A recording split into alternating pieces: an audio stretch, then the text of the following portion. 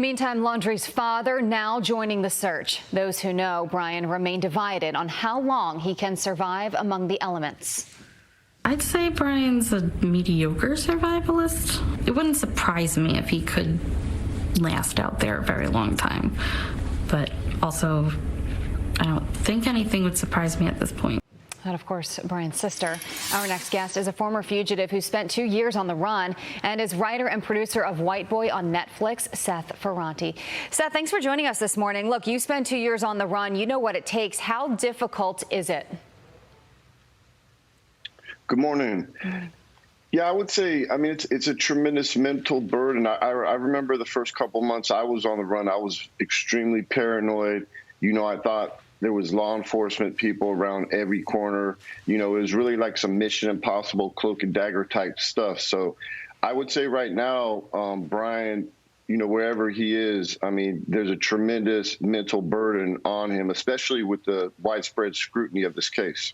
How does the rise of the internet and social media change something like this? Because you were on the run a long time ago. I mean, this was the early 90s, and it was a much different world then with social media and with people having photos and videos and calling in tips left and right.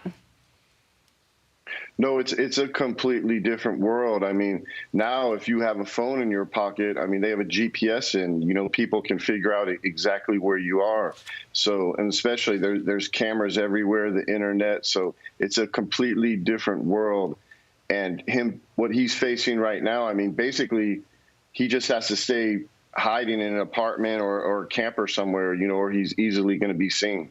So you think he would be in an apartment or a camper or something like that, not just flat out on the run in the wilderness? You know, we've had authorities just on Wednesday increasing police presence at that Carlton Reserve in Sarasota County, Florida.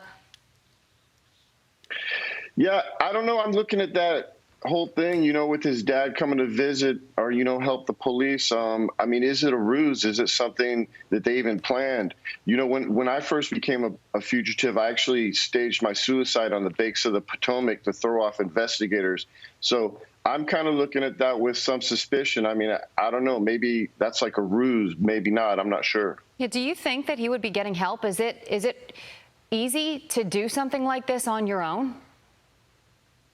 No, it's very hard. I mean, first off, you know, you need money. You need to establish a new ID. I mean, you need all these things. So I definitely believe, you know, that if his parents are not helping him directly, they're helping him indirectly through family or friends.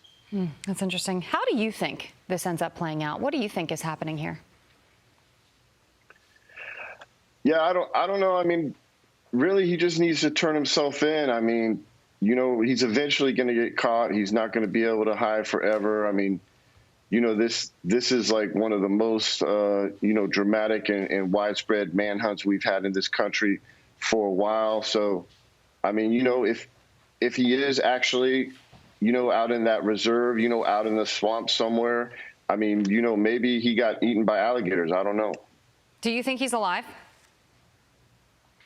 I do think he's alive. I think the whole, you know, camping out thing is a ruse that they plan to throw investigators off. I think he's probably like either in Florida or, you know, a nearby state, hiding out in an apartment somewhere. Before we let you go, I want to just spend a little bit of time talking about, I mean, you turned your life around. You were on the run. You spent more than 20 years in federal prison. You gained a master's degree while you were incarcerated, and now you've gone on to have this career. And upon your release, you had already become a writer. You were able to turn yourself around. I mean, how were you able to do that? It's impressive. No, I think with anything, you know, it's just your circumstances don't define you. I mean, this is America, the land of second chances. So I just applied myself and I wanted it, you know, and I studied, I prepared, I worked hard. You know, I went to college while I was in, and when I got out, I pursued filmmaking, you know, with a single-minded ability. So I think it's like what they say, man, in this country, you can basically accomplish or do anything you want to, you know, if you have the will. There is definitely the way. That was incredible. Well, writer and producer of White Boy on Netflix. Thank you very much, Seth Ferranti, for joining us this morning. Appreciate your time and your insight to this whole situation that has definitely, the whole country is on edge about it. Thank you so much. Thank you. Yeah, sure.